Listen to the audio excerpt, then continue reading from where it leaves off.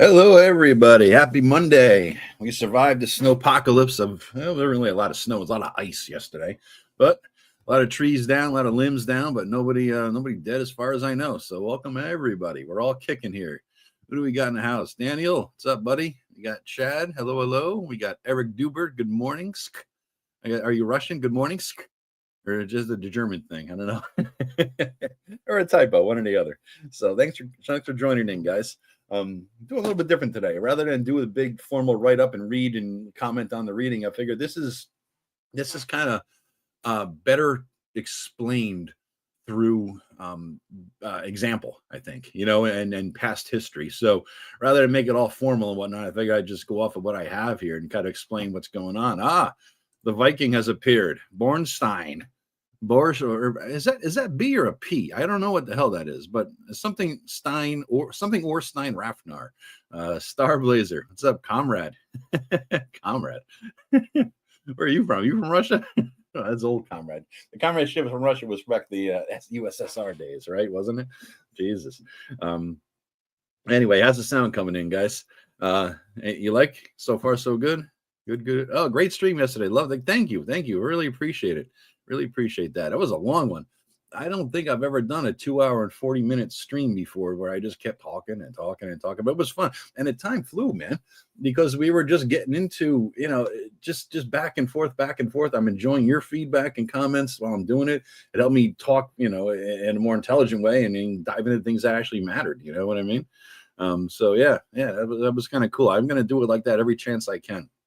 There may be some Sundays where I have to drop it recorded because of family obligations and things like that, trips or whatever. But, I'm going to try to do it every time I can. Thorstaten. Oh, wow. I wouldn't have thought that. But you got Thor in your name, so that's fucking cool. Can't be having Thor in your name, man. If it's the real name, And if you're like a 98-pound, 5'4" guy who lives in Detroit and you're calling yourself Thor, it's a different story. But if you're legitimately a Viking named Thor living out in Norway or something, that's pretty cool. All right, so I am fortified. I had a little bit of food. I got some coffee in me going here, and like I said, I'm going to change it up today because the last time we did our DM series, we talked about session 0, right? We all get together and everything, and then I promised you the next 2 things are going to be session 0.5. And then, by the way, I'm off today, so I could go a little longer if I need to. So session 0.5, and also the sort of the player guide. In other words, what the players know at the start of the campaign.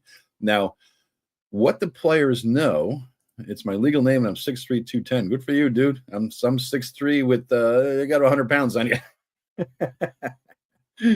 God. Yeah, so I think the player's guide comes first. The player's guide definitely comes first because session 0.5, just so you know, I think I explained it in other times here, but session 0.5 is where after session 0, we all get together and you make up your characters, and you understand what's going on, and you go over the house rules, and you all, are on board, and maybe you run a combat to get, a little group bonding action going, have a couple drinks, share some food, good times and laughs, and just talk and get to know each other, right? That's session 0. I summed that up in like 30 seconds, and I did a whole fucking 20-minute video on it. I guess I talk a lot. Anyway, that's session 0. Now, session 0.5 is next, okay? Because session 0 is done in a vacuum. Other than what you may have included in your house rules about the setting or what you may have already told them, they don't know damn thing about the setting, which is kind of why I always thought that, having a player write up a background is kind of retarded in a sense, because what do they know about your setting that their background is actually relevant? Unless it's the most generic background ever, in which case it's probably okay as long as it doesn't make them special. But session 0.5, what you're talking about here is a one-on-one session, all right, after they know a little bit about your world, all right? But in order to know a little bit about your world, you got to tell them that. What I do is a player's guide, okay? This was something that Tim Short started me off on. I never done this before. I'd never done a 0.5, and I never did any sort of like a player's guide. I always thought they were like scams because I remember the Pathfinder had the player's guide to the so-and-so railroad campaign, and then the player's guide to this and the player's guide to that. I always thought it was just a scam because it's like, come on, you're gonna spend another $30 on a book that you could just figure out as you go along or something. But I think it's necessary in order to give a background as to what the players are going to encounter here. So let me just show you by example what I'm talking about by player's guide, by way of the things that Tim gave me. Okay, so yeah, let's see. Let me share the screen here. I prepared a few visual aids for your edification here. There we go. So this is the player's guide, the Garanth gnome's guide to the Comor Forest. You've heard me talk about Snickle before, Snickle the gnome, right? So when I wanted to run a gnome, Tim's like, well, I've never had gnomes in my campaign in the Comor Forest. So it kind of inspired him to write something up about what are gnomes in the Comor Forest. And so I figured, what the hell? He created this whole thing and he sent it over to me as an intro to what the hell they are.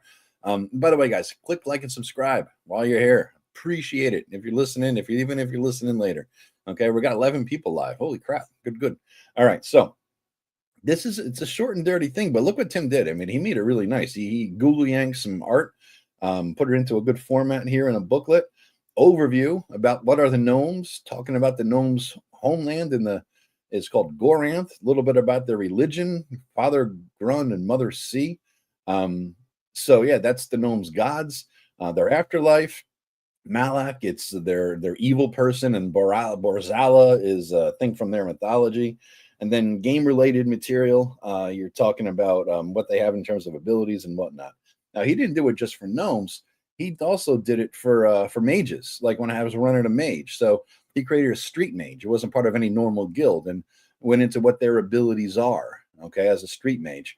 And a little bit about the background, too, because I didn't know shit about his setting. So he says, I'm a street kid in Eastgate, had a mother and father. I'm the youngest of 8 kids, blah, blah, blah. And so I this is it. I shot on out with this sort of a background for myself. And look at all the background. I mean, this is something, like I said, I don't, your players, you want to write, one paragraph, poor dude from wherever the fuck, right? And I probably told him, poor dude from wherever the fuck. And he wrote all this stuff up for me, like 3 pages of background. And so here it is. This is me. This is my background as a player. And I don't mind that. I like, because it integrates my background into his campaign and it gives me something to work with. Okay. So, and wait, there's more. Oh yeah. He also does some house rules. I'm going to show you this too. He only has 3 pages, amateur. I got 20. Yeah. So you got the gnomes here, and he also did one for dwarves. All right, so same thing. Dwarves, the history of the dwarves, the death of King Malak, a dwarven timeline of their history, which I think I would dispute some of these years because of that, how long they live and this and that. But I was talking about that. Then the demon wars, the turning, the scarring of the land, the dwarven hunts, Evengard the Bold, the dark dwarves, the dwarven religion, and then my dwarf I was playing was Denny Crane, so from the Boston Legal Show. That was his name. Today's attitude towards dwarves by all the various races. Okay, and then a little bit about Denny Crane. He gave me a history of my guy, Denny Crane. And here is what you know. All right, where am I from? So what the town is, where I was raised, some of the people I knew in the town, what I know about Hounshead, where I was going to head off to. And that, that's sort of what I do know about the universe. That's when I started this. I had Denny Crane, and another one for halflings. I think he made this for Matt Jackson because Matt was playing a halfling, and so he gave the. I guess Matt was a family of snot rags, so here's the whole family tree of snot rags. And then he has the caravan. Basically, I guess he's in a caravan. Matt's guy was a caravan guard or something like that. So all the people of the caravan that he's coming into town with, then where he's from, the halfling community of Low Hill, the families of Low Hill, all the various dramas and whatever between the families of Low Hill, right? Halflings without families, God forbid. Religions of Low Hill. We have the great imbiber, Pausanias in jail. The halfling god of death. Important halfling things to know. So a little bit about their culture, about how they're obsessed with numbers. They like tobacco, attracted to animals, not in that way. Like to wander, and then the black butter names who are banned from everything. So that's interesting stuff that he put together.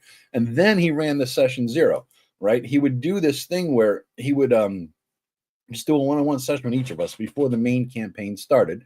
I'm sorry, session 0.5. So after session 0, we all got together, he'd do session 0.5, one-on-one with each of us before the campaign started.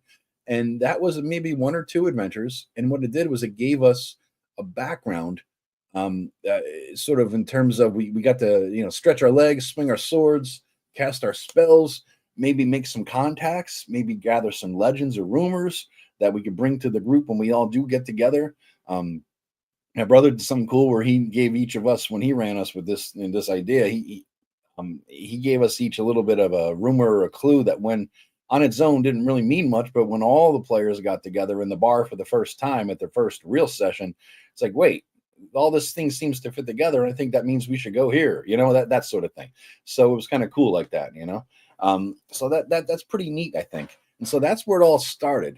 And I think that in terms of background, you saw some of the things Tim added there. I figured I'd show you what I do for mine. All right. So with mine, I did something in the Forgotten Realms. It was a small region. All right. Let me pull this up here for you.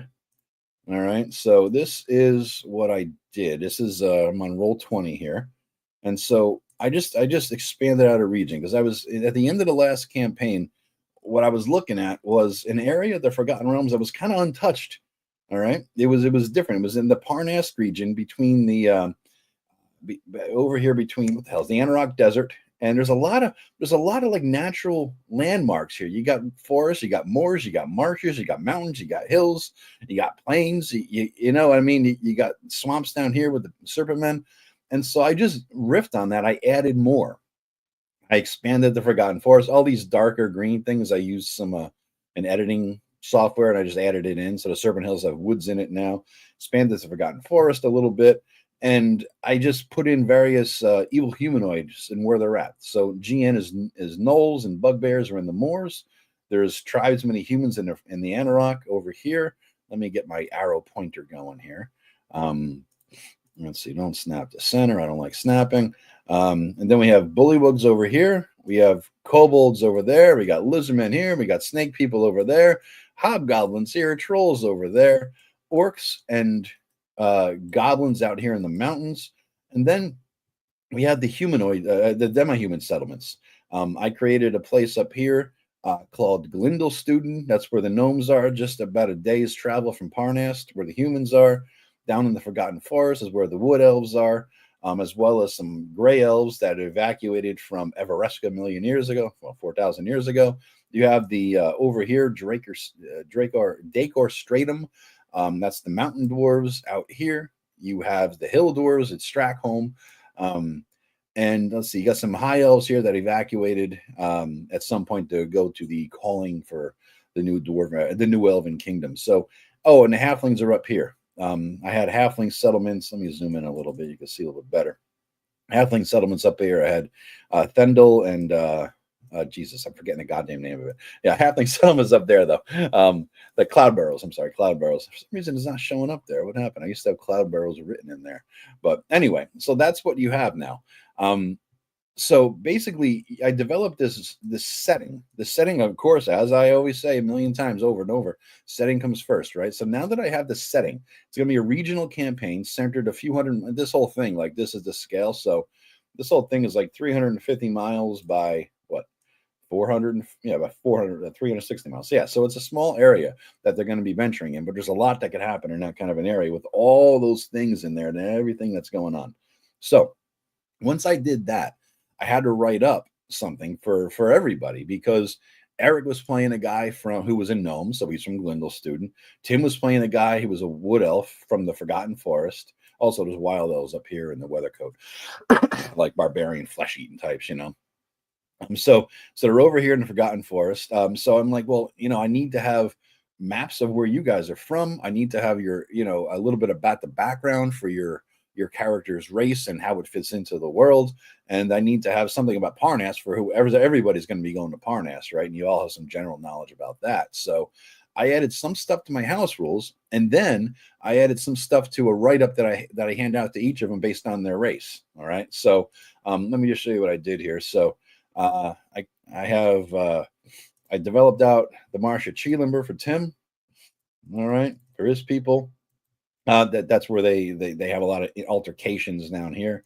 Let's see. I have Strackholm for the dwarves, and I grab these maps all over the damn internet.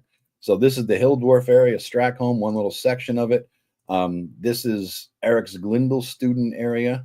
All right. And I grabbed this straight up, I stole it out of the Gnomes and Halflings handbook, basically, because it's perfect. It was absolutely perfect for it. So that was Glindle student. I have Cloud Barrows up here for the Halflings. Oh yeah, there was a big ass battle up there. So you get remains of the battle from the Cloud Barrows. I have Grithalia, which is the Gray Elf city within the Wood Elf Woods. All right. I got a little bit more of an expansion on the Forgotten Forest, and you see a little bit like where everything is. Expanded that out there. Let's see. Trendle. All right. And I stole this. Trendle. It's goddamn Shire. So that's it. It's just the Shire. Hobbiton. Let's see. And the lower valley here. Yeah. So that's a little bit from the lower valley up there. So what I did after that was, now I have the cities. I have little maps. I have an idea what's in each place. I need to do some writing. Okay. So what I let me see. Let me catch up with you guys. But I love that nobody knows where I came from. 6'2", pure muscle, right, Raph? No, of course. I looked at the gym right now to build muscle. I'm going to the gym later. I like to tell my players that elves are less than 1% of the area's population, and then half the characters are elves or half elves. Yeah, I know. That's the same thing with magic users. Less than a quarter of 1% are magic users, and yet there's like 1 or 2 in every damn group across the world, right? All right, so now for the write-ups, guys. Now, what the write-up has to have, I think, and I'll show you mine to show you what I have, is, here we go. Oh, first, the house rules. The house rules gave generic information to everybody about the setting.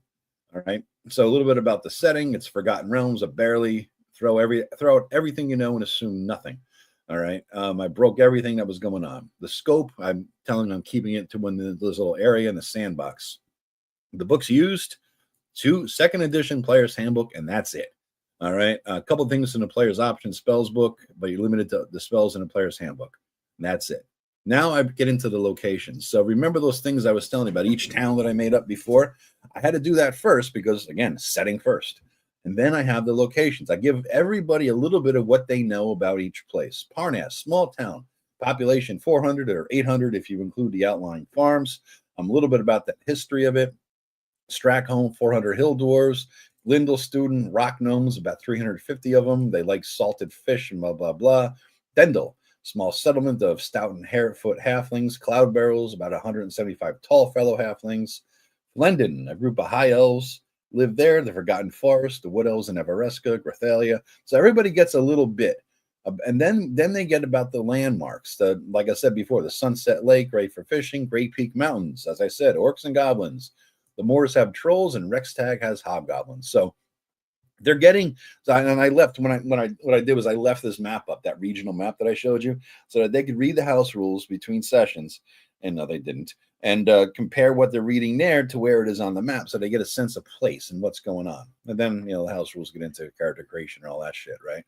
But once I did that, I needed to do a write-up for each location. Okay, so again, the write-ups come before session 0.5.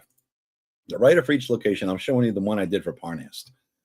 It's how many pages? It's 7 pages long. All right. So my brother and another couple guys, I think, were from Parnast, so they knew about Parnast. So I had to tell them what they know. All right, because you don't start in a starting town, even if it's a big city, not knowing anything. If it's a big city, you're going to know your block. Right? You're going to know a few blocks around. Even if it's back in, like in America in the old days in Brooklyn, you knew your neighborhood, and your neighborhood knew you. And if you went out beyond your neighborhood, you get your ass kicked by the people from that neighborhood because stay out of my damn neighborhood. Same thing, right? All of that, it's only changed recently, I think, in the last several decades. But that's always been the case for big cities everywhere. This is my area, that's your area. Stay the hell out, right? So it's tribalism at its most extreme and most natural. So, Parnast. What I want to have in all of my write-ups, I figured rather than just talk about it, I show you what I did here. You need to have first starting off with the history and the society and the culture of it. So Parnas started out in Forgotten Realms with the Zentrum crossing a desert. There was a small village And why you prefer roll 20? I'll tell you in a sec, dude. So it was a small village, basically that formerly abandoned outpost that went to a trading center, and Zentrum took it over, brought it up in size, and then the Zentrum collapsed, and now here it is. So a lot of the old buildings have been torn down and used for parts and whatnot for all the Zentrum buildings, right? So politics, it's small enough to act as a true democracy. Any property owner gets a vote. Married couples get one vote. Villagers who want to vote on the matter meet once a month at Renfields, which is the inn, to debate and argue, drink and vote. Okay, the religion. There is a shrine to Maliki in town. There's two small churches, one to Lathander and one to Shantia. And I have a little bit about the names of the people who run them. Okay. Then the economy, because the economics of a region really, really matter for immersion and for realism. Parnas itself is agriculturally based, but they operate as a center of trade for the area. They have two big holidays, are two big trade moods. Everybody gets together. What the farmers raise, what the villagers might sell. So you have the halflings sell pumpkins, everything pumpkin, especially beer, and they also sell small ponies, slings, and high quality wooden items. So I basically made the halflings into wood carvers, and also leather goods. Rock gnomes, they sell salt and salted meats and fish and some jewelry. That's what they do. The forest gnomes, they sell through the rock gnomes. They never come out. High elves, they have all left, but they used to sell good bows and arrows and things like that. The hill dwarves, they sell ale and stone carved items as well as some silver jewelry because they have some silver mines over there. Mountain dwarves, they sell weapons and armor because they have an iron mine in their place. And so also some tools for farming and herding.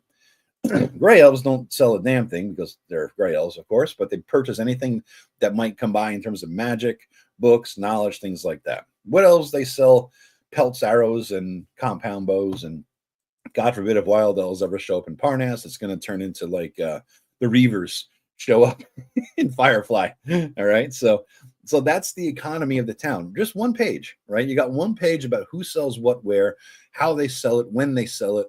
And by that, you get an understanding of each little region. Okay.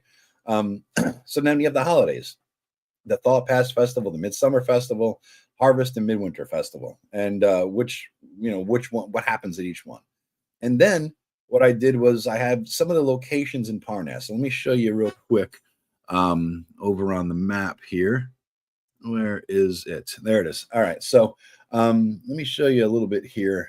Where the hell is my regional map for Parnas? There's some problem. There we go. Oh, you'll see my shitty map drawing skills here in full effect, guys. So I sit there at my table.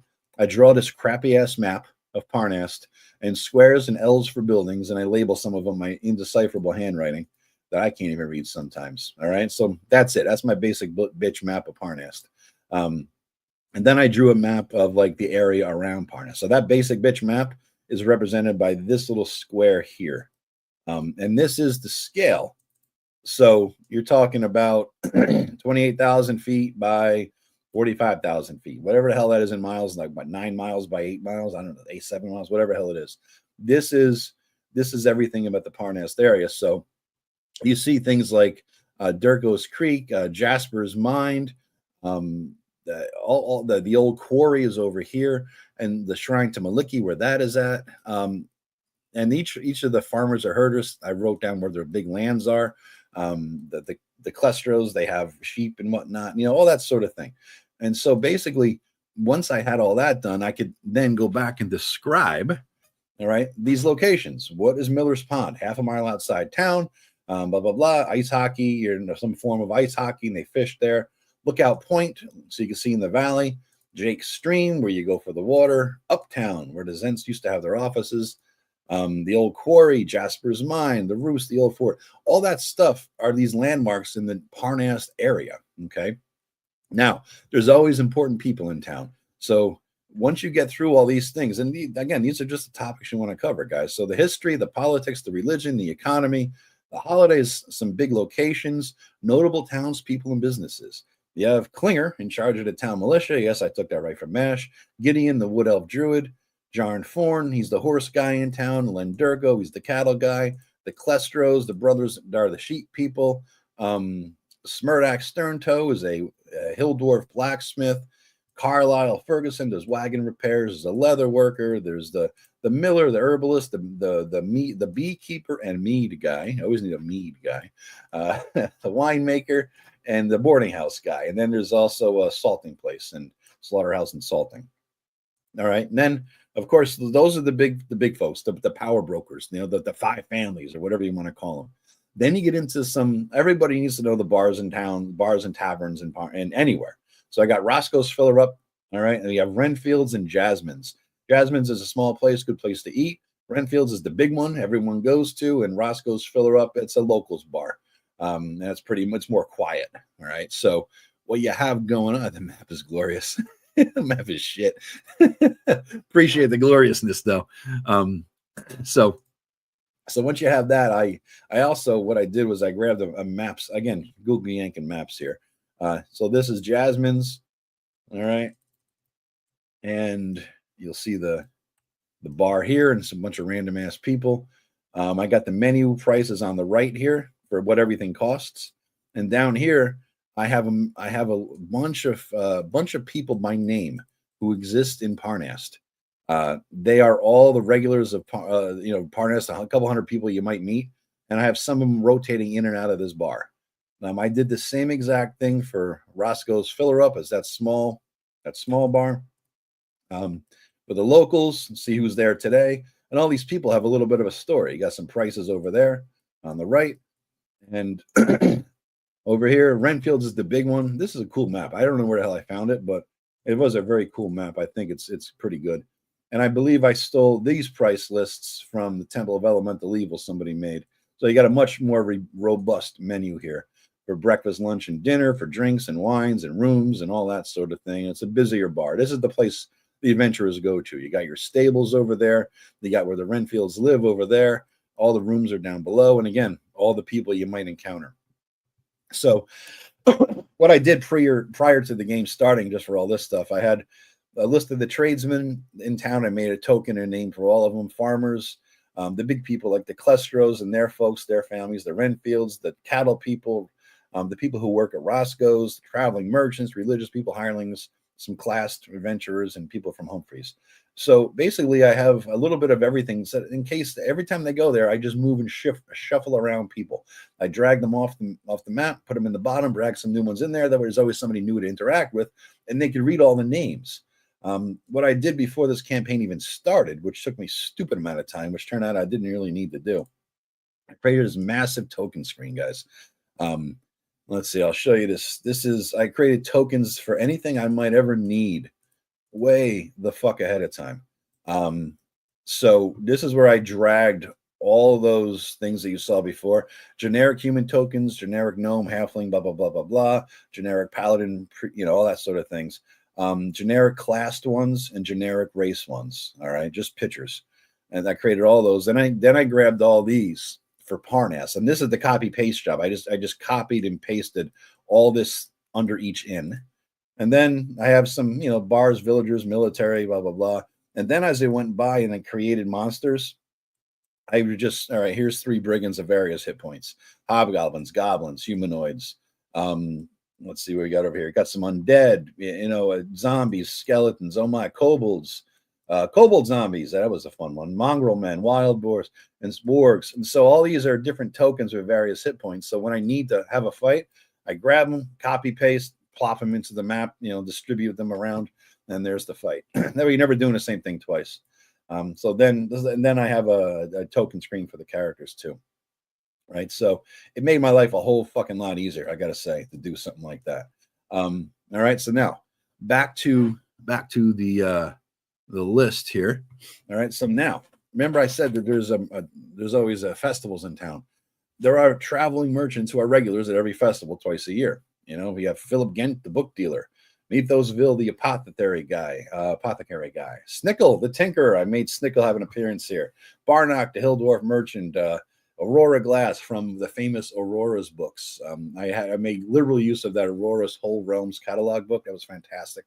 Les Pongo, the mountain doors, the rock gnomes. And so all the people who are regulars to these things, that's what somebody like my brother's character would know. He grew up here. He knows all these people by name. He knows all these places because he fished at Miller's Pond. He made out at Lookout Point. He went swimming in Jake's Stream.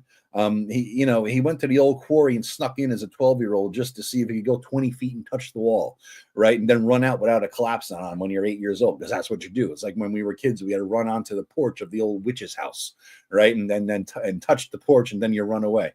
And that's the kind of thing I had growing up, at least, And so that's what he would have. We have all this knowledge growing up in this town. And then he would have more advanced knowledge too.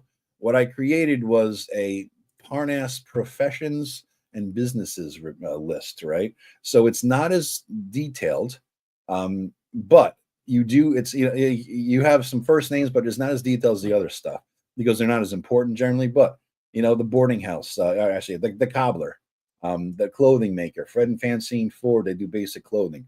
The groom, stable boy, Harry and Frank, sons of Fred and Francine, up here, the clothing people. They get a few coppers as tips, but they got to turn it over to their parents usually, right? You have let's see, the potter is Beatrix Jones. The carpenter is Hexter Jones. What they make is over here. The candle maker, the butcher, the fisherman. You have the launderer, Linda Willow, does work for the boarding house guys, but she might take on jobs. She has 4 daughters to help her. And then I have a list of farmers as well, all different farmers. And some of it says see details because I broke that out. The Durkos and all those guys are over there. The stonemason, Phil Klein. The only guy left, his teenage son is freakishly strong, helps him. So all this stuff adds flavor. And I give this to my brother before this game even starts. Right. So he's looking at all this shit. He got the house rules. He's got the Parnas background that I read you. And he has this little breakout, which I always put into Word and I put it into tables because he hates it. And he always wants things in Excel. So I refuse to do that because just to bust his chops. So that's what I'll do. I'll put all this together and then I'll give it to him. That is what I do for my background for everybody. So once I'm rolling, I create the setting. I create the races. I create where everybody is, the good guys and the bad guys. I start getting a sense of how they all interact. I write about the local economy, what they each buy and sell, how it all works, how it all hangs together. And then I start from the top and I drill down. I created one of these for Tim, exactly the same thing for Tim for the Wood Elves in his lands. I created one of these for Eric for Glendale student because he was playing a gnome. Exactly the same thing. There's a whole Glendale student breakout like this. He didn't read it, I don't think, and if he did, he doesn't remember a goddamn thing. But I did it for him. So he asked him, hey, "Wait, I'm a gnome." That's Eric. Great in combat, forgets what race he is sometimes, or his god.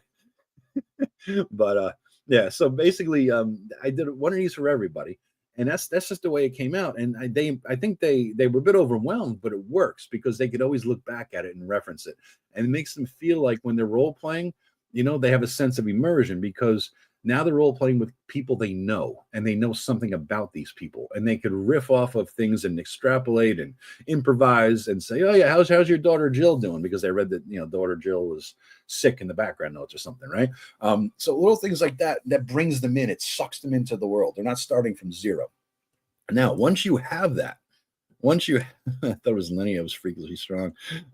Once you have all that, then you could do your session 0.5. That's why this has to happen first, because ideally session 0.5 happens close to your area where you start off your life, right? Parnas, or if you're traveling to Parnas, you're on a road in a caravan, things like that. You need to know these sorts of things to make session 0.5 even more meaningful. Okay, so let's see. Well, we got some more comments here. Dragon, they need to start them on Elvish location. They were all conceived when a single bard arrived in Elvish town 100 years ago. Yeah.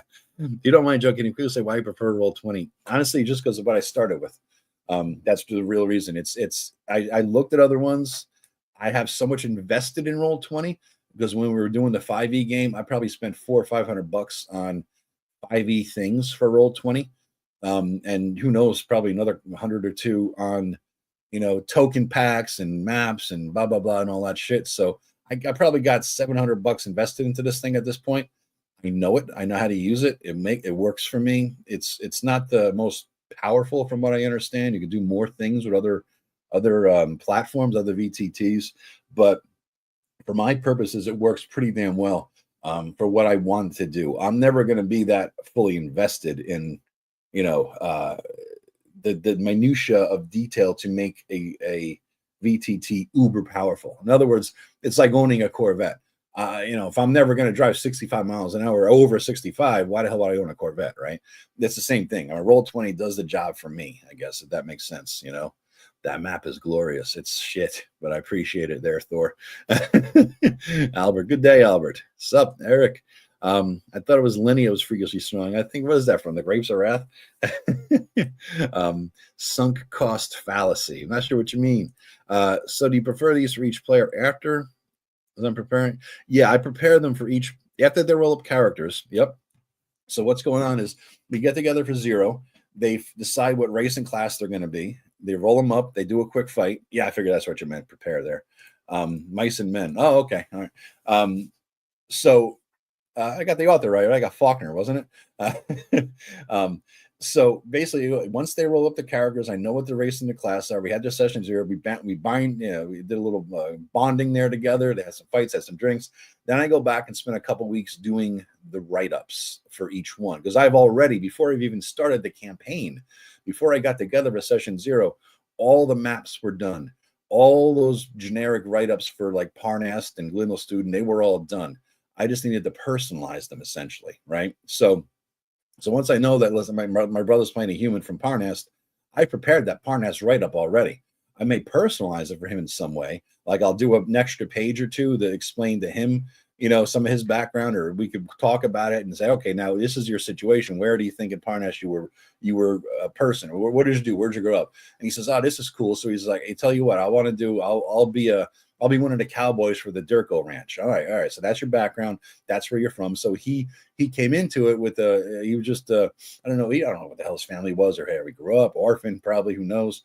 But he told me he was a cowboy for the Durko Ranch. So he had all that at his fingertips. I'm like, good. So you have all this knowledge. And like I said, I didn't prepare anything specifically for him. I prepared it specifically for anybody who was in Parnast or Glendale Student or the Cloud Burrows or anything like that. Those things were already made before session 0 even happened, as well as the maps and the write-ups and all that shit. That was done. I spent weeks doing that stuff before the games even happened. I had a whole week off of vacation. That's pretty much all I did for the entire week, like 40 hours that week. So that was all done before session 0. I'll personalize it once they roll up their characters. Like I said, for him, it was a matter of he was a cowboy in the Durko Ranch. Cool. That gave me a starting point. It gave me some info as to what he could do. He also told me he was coming back from the war. He served in the war. And so his session 0, personalized from him, was he wanted to get home back to the cowboy ranch after the war was over. There was a big war in my campaign in the prior one that his 2 main characters were an integral part of, and it ended. And his new character was just a grunt in that war. He barely survived. He came back with like PTSD and trauma, and he just wanted to get back home to the Durko Ranch. I'm like, cool. So his session 0 was getting home, right? It was traveling home alone, by himself, across the pass, fighting what he might fight, seeing what he might see. And it got him some XP and some gear and some loot and a little bit of knowledge. So that's what his session 0 was. With Tim's session 0, I gave him all that information. He read it. He got into it. I told him the various tribes of Wood Elves. In personalizing it for him, told him the various tribes of the Wood Elves. Which one did he want to be from? Cool.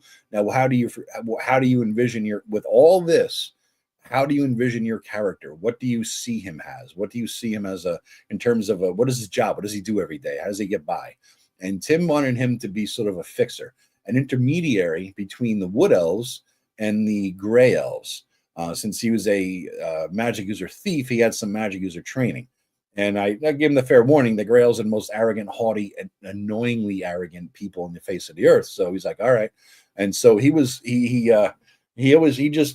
like a cold dude and a little bit on the sociopathic spectrum. This is his character, and so he was just able to play him, be obsequious when he needed to, and he got out of them when he needed to get out of them. And so he would run errands between them and the Wood Elves, and basically, I think one guy he started out with all that as a background. What I had him doing was, there is a Gray Elf in town who tolerates you more so than the other ones. And he has a thing for halfling treats and baked goods. And so, there's sometimes deliveries and shipments to the Wood Elves because they have good relations with the halflings. So if you can procure some, he'll help you out with some coin and maybe some tutelage on spells and whatnot. So he's like, all right, so that's the thing. So Tim's first mission was deliver the brownies or whatever it was. You know what I mean? And so along the way, he came across hobgoblins who were scouting out the woods, potential signs of a hobgoblin invasion ahead of a scouting force. He fought the hobgoblins, took their asses out, captured one, brought the one alive to the Wood Elves. They found out some information. And so that's something that led into further adventures with Tim, related to the hobgoblins. And then he got real deep because at the beginning, it was Tim and I were a one-on-one game. He wasn't integrated with the rest of the group. As I like doing that with Tim because he did that with me a couple of years. It was really cool. And I figured I want to do this with him on the other side of the table. So we did a one-on-one for a good long time. Then we finally integrated him into the group. As a result, he had a much deeper and richer background and backstory and connections and everything else, which was kind of cool because it finally just wrapped up, I think, to a good, successful conclusion in the second edition campaign. So that's how it worked with Tim. The other guys, I did something similar. Like Vance wasn't from this area. I gave him the knowledge of Parnast in the house rules, but not much else, So he didn't know anything about Parnast, the town, all the stuff my brother knew because he wasn't from there. But I give him the knowledge of the region that he's heading to. And he was a guard on the caravan and things happened on the caravan and blah, blah, blah. And so that's where he got his background and experience. He found out a little bit along the way. He was one of the merchant. I think he was a guard for Snickle, actually. So that was his experience along the road, What is the notes app? It's not a notes app. This is just PDF. I converted my Word documents to PDF, and you're looking at the PDF docs. Steinbeck, son of a bitch, I'm off. Sorry. All right. Aren't you afraid of over prepping some town? No, there's no such thing as over prepping. I don't think, Drek, because the more you prep, the more you are prepared to improvise. That's the way I look at it. You cannot prep enough. You can't. I've prepped for 10 hours on a Sunday. I've done the entire day where I woke up, shower, shit, and ate and prepped. That's all I did that entire day. And I went to bed. And the next day, it was never used, right? Never. The next day I'm running a campaign, never looked at, never used, never done. But you know what? 3 months later, when they're in that area again, guess what? I'm ready. I am uber ready. I have 10 hours of prep under my belt, right? And even if I never use it for anything, I'm going to use it next campaign, or I'm going to use it in a new world setting or something like that. And you cannot beat the experience of just preparing. You just can't beat it because you develop your own skills at it. You develop your own abilities at doing it. I'm fortunate in a weird way. Someone call it unfortunate, depending on your point of view, but I've never been married and I don't have kids. I'm single and I'm in my 50s, and so I have time, is the bottom line. I'm the cool uncle, so my nephews and my nieces are like, the kids, my kids of my heart, and I adopt the kids in a sense, the kids I'll ever have. So hang out with them and this and that, but they don't play D&D, unfortunately. I tried to convert them, but bottom line is I have time. And so to me, that it's pleasurable to do this. Like, it's not a grind to spend 10 hours prepping for something that, even if it never gets used, it's pleasure, it's creativity. Just from the only spiritual perspective I'll talk about is that, getting off of religion and everything else, if God is the creator of all things, then you can be most like God by creating. And to me, I feel good. It makes me feel awesome when I'm creating something new. So no, I'm never scared of over prepping. I love it. I fucking love it. I love doing things like this, And sometimes it takes me a while to sit down and do it because, like anybody else, I watch TV or go, it's like going to the gym. It's good for you. You don't want to do it, right? But it's fun. And once I sit down, I get sucked in. I'm in that mode, your mission, deliver the edibles to the great. Exactly. Can't over prep. Prepping is fun. Exactly. Prepping is great. The apps, your notes are inside. What is that? I'm not sure what you're saying. I'm running StreamYards and I'm sharing my screen. Through StreamYards, you're able to share your screen. And so what I'm sharing is a screen of Adobe Acrobat, which has my PDFs brought up. That's what you mean. Yeah, it's Adobe. It's just Adobe Acrobat. That's all it is. I believe that's what it is. Let me see. I believe it's Adobe. I believe it's an Adobe Reader. I believe it's Adobe Acrobat though. So, yep. Prep is play. Exactly. Prep is play. Prep is fun. You can't beat it. So minnow direct. My issue is not using it. It's the more time passed, the less I like what I prepped. Then I trash everything. But you're right. That's the sign I'm improving. Yeah, yeah. You would never improve if you didn't do it in the first place, right? And so you do it, and if you don't, you rewrite it and you rewrite it, you rewrite it, you get better and better at doing it. So that by the time you actually do use it, the shit rules. It's awesome, right? It kicks ass. So anyway, back to this. Once I've sort of given them all of that information about the world, the region, their place in it, they've told me what they want to be in that. Like my brother said, he works as a cattle guy, but he went off to the war and he was going back home. So perfect. Then your session 0.5 is the way home, the trip home. What Tim said, he was the fixer, and he's I'm perfect. You're delivering some goods for the Grails, and happens to be some halfling edible brownies, and he goes out, does his trip, and he encounters some shit along the way. And he brings them back, and he got a little payment. I think he might have gotten a scroll. I'm not sure, but that's it. So the prep starts for session 0.5 before the campaign even starts. Before session 0, the prep for session 0.5 starts, because you need to create the setting, you need to create the world, you need to create all the little bits and pieces so that once the characters come into it at session 0, they roll up the race in class, you know where you're going to drop them. Once you know where you're going to drop them, you give them the information they know about that region, that area, and you ask them, what do you want to be? This is what you know. What do you want to be? You tell me your background, and I'll tell you if it fits. He could have chosen to be the son of the Durkos. He could have been the firstborn son. That's fine, right? It fits within the world. But he wouldn't tell me that he is the half demon spawn of Orcus who stopped by on his way to the war, right? Because that's bullshit. It wouldn't fit. He makes him too special. But if he's going to be something within this world, within this campaign, that's cool. That raises the stakes. He has more of an interest in protecting Parnast against the marauders. He gets back home, he might hop behind the bar with his father and starts, serving drinks on a busy day, right? So all that stuff happens. He's going to drink for free, so you really can't beat that. All that stuff matters, I think. Let's see. Thor says you still have a lot of details about towns and areas that are far away from the actual campaign location if someone's character is from there. Yeah. In fact, because of the last campaign I ran, I have a shit ton of material that I used from that campaign, because Rob started out as a guy from the Moonshays. And so when Rob's session 0 took multiple sessions, because at the end of the 5e campaign that I ran, when again, I took shit from the 5e campaign and I dumped it into the 2e campaign. It doesn't matter that it's two different systems. It's crunch. It's not crunch, it's fluff, right? And so I took all the lore and history that's going on, and at the end of the 5e campaign, the Moonshays got basically wiped out, invaded, and some small percent of them managed to escape to Waterdeep. They were invaded by Cthulhu type people. And so Rob's character is one of those refugees. And so he wanted to be a fighter from the Moonshays. I'm like, all right, that's cool. Here's what happened. You get to Waterdeep, and I did several sessions with him in Waterdeep, because I had so much prepared for Waterdeep, because my brother's guy was based in there, one of them, that I was able to use all that information.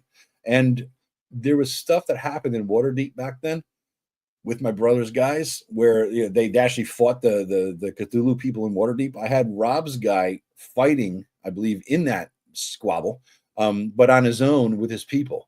Okay, so it was in other words, I went back in time a little bit retro and gave him a little fighting experience during that thing, and then sent him forward a little bit, and integrating with his people, settling in Waterdeep, and then he was set on the mission, find the sphere of destiny, whatever, and then he set out. And then his travel along the road. Rob's session 0s were multiple sessions. His was the longest because his guy was from the furthest away. So yeah, I used all that shit from other campaigns and other places, definitely. Yeah, I imagine it's cool they could end up going there. Exactly, right? If they ever went there, Rob knew the place, And Vance's guy was from Daggerford. Let me see. So I have a where the hell is it? Yeah, so Vance's guy, I believe, was from Daggerford, and so as a result, I had Daggerford stuff from the last game that I used, a map that I'd found. And so so I had this map at Daggerford, and so I started it off here. So his guy was from here. I had I had the map going, and I had a lot of stuff he could interact with there for him. I think Pete his guy was from Loudwater, so I had this map of Loudwater from the last campaign. I had all the information about Loudwater from the last campaign, and we did that. So you could always use other things. I mean, and guess what? I scratch out the name. What? They're advertising now. Have you tried the new D&D 5e 2024 character sheet and builder? No. And if you ask me why, because I'm going to say fuck you, fuck 2024. I don't plan to use it. Yeah, because I don't plan 2024. Expand upon the previous question. D&D 2024 sucks monkey balls. Monkey balls.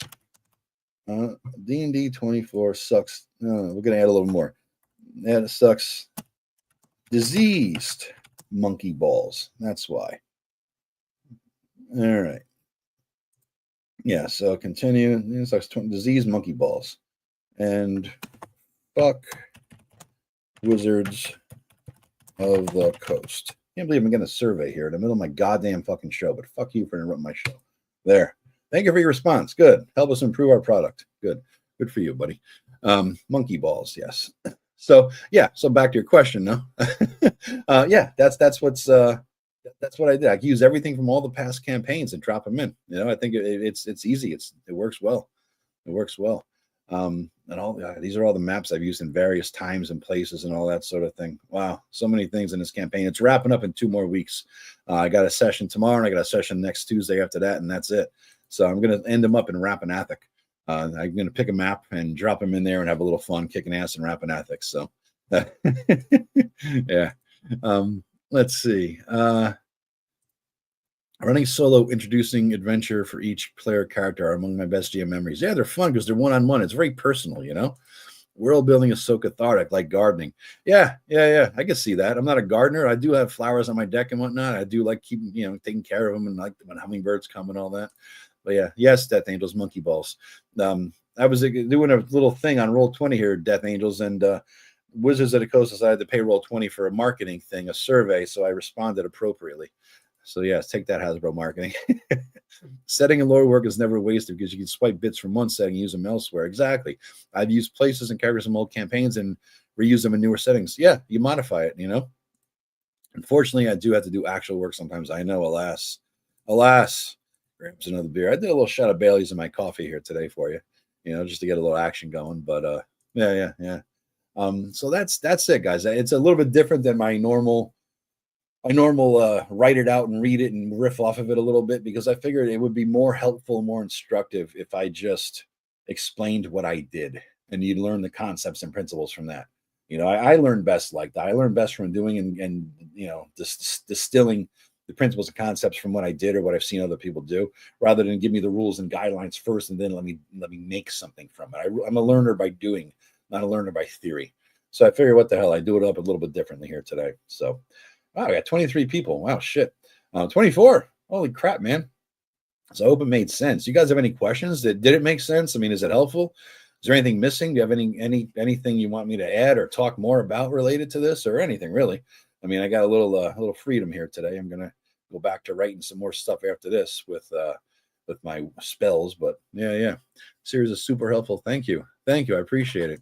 I'm glad to help you. I mean, that's kind of why I'm doing it. I figure I learned something over the last 40 years of playing. I might as well pass it along before I croak. It's like a legacy, right? I figure these videos will outlast me, hopefully. As long as there's no zombie apocalypse or nuclear war or anything like that. So I figure a little legacy thing here, and I pass it along, and other people can come back and learn after I'm dead, even how I did stuff or how to do stuff in a different way. Who knows what the hell the game will be evolving into at that point? Jesus Christ. I mean, is D&D going to be a non-violent pacifist game where you just walk up to monsters and serve them coffee from your portable barista thing? I don't know what the hell it's going to fucking devolve into if Wizards of the Coast keeps up doing what they're doing. But that's my fear. See what they just suck, man. They just totally suck. But yeah. Here, I'll grace you with one of my copy paste this stuff for my mod car sheet. I'll be sure to hit the like and subscribe. Yes, hit the like and subscribe. It is free. Makes a lot of sense and very helpful. Thank you, man. Thank you, Chad. Appreciate it. I like dungeon tuber content that actually creates shit. Creates what? I'm not sure what that says, but the stream is good. Cool. Cool. I'm glad. And I like doing it live more so. Like I'll if I can, I'm going to do more of these live and pass them along. And I apologize for the again, I said this before, for the Spotify people, the people listen on Apple Podcasts, those who listen on Locals or on Rumble, because I do this live. I can't post it immediately to those sites. So you guys are going to get a bit of a delay in getting these things because essentially it takes a while to get up there. Is what it comes down to. YouTube processes the video post live, and then after X amount of hours or sometimes even a day, I'm able to download the thing. And then once I download it, then I could upload it to those other platforms. So yeah. So I think live is best too. I'm gonna keep doing it. All right. Very good. Whatever works for you guys, it'll be a mixture because sometimes I can't do it live. Obviously, it's just a work thing. I'm at work. I'm not going to be able to do it live, But if I could do it on the weekends, especially these reviews, I mean, that was fun yesterday. I think you guys helped me really, flesh it out and added a lot to it. And it made it more interactive and interesting, maybe more people will join us. We had like 35 people max yesterday while I was doing that and we had 167 people dropped in during that 2 hours and 40 minutes. 167 people dropped in. And at one point, 35 max. I think my average was like 25 at any one time. So that was kind of cool. Do you have a single 4-hour session per person? Scheduling a pain. What I'll do, Thor, is I'll have as long as it takes, but 3 or 4 hours is generally my time. But whatever we need, scheduling is schedule around everybody's needs, right? So, like, Rob can't make it this day. Is that right? How about Tuesday, Rob? You free then? Yeah, okay, cool. We'll do it Tuesday. We'll do 0.5. And for Rob's, like I said, it probably took 3 or 4 sessions. So his went a little bit longer than others. I think my brother's was 2 sessions. Most people get 2 sessions on a 0.5. So most people get a couple sessions, but because one is too short, you need to get a little more for immersion and XP and all that sort of thing, Yeah. Irons up. Nice. This is inside. I found those character equipment sheets, but it looks like the PDFs have been taken down. Oh, really? Oh, that sucks. I don't know whose they are. I'd put them up for, I don't know. I don't want to get in trouble for copyright bullshit or whatever. Wizard probably hates me, Eric says, the thing I want to do is use email for individual gaming for players apart from the rest of the group to do research, individual quests, careers, whatever. Kind of a day to day and let game day. Yeah, what I'll do is I'll do emails or I'll do Discord. Because Discord, you can send documents and whatnot, and I could just send a text, say, hey, check your Discord. It depends on what the guys are on. Like, my brother's not on Discord at all. He gets emails. Rob Conley's on Discord all the damn time, so he'll get a Discord message. Josh is on Discord, he'll get a Discord message. So whatever works, honestly, is what it comes down to, Yeah. For session 0 and 0.5, I suggest one-shots.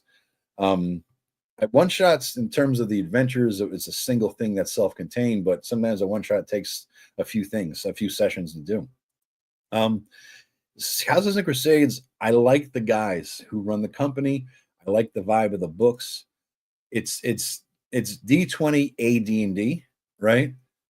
Except the thing I can't stand about it is the thing they love the most about it is that siege engine thing. I just cannot stand the siege engine. I would just ignore it, create some kind of generic skill system to work for it. If they had a different skill system, honestly, that might be my game of choice. But the fucking siege engine is so worked into this thing. I just don't like it. It's backwards. It's in my head. It's backwards as to the way skills should work in a game. My Discord link, it's a private Discord. I've not expanded a Discord. It's just I got 10 or 15 people that I either game with or stream with on it. I might expand it out later, but I don't know enough about Discord to be able to run a Discord channel, nor do I think I have the time to run a Discord channel. But what I'm probably going to do, guys, is probably in a year and a half or so, once I start play testing this thing live, the game I'm writing now, what I'm probably going to do is go balls to the wall. Then I'll create and modify my Discord channel to make it, accessible for everybody. I will do a Patreon, for people who want to help me on that regard, help pay for art or whatever. I'm gonna subscribe to StreamYards and rather than do this, this is a free StreamYards thing, as you can see, why that's the logo up there. I'll subscribe to StreamYards for the live streaming. By then, hopefully I'll have enough subscribers on this channel that it will at least pay for my costs. You know what I mean? Because StreamYards is like fucking $60 a month now or something like that if you want the full-blown, thing. So that's why I do the free, because fuck them.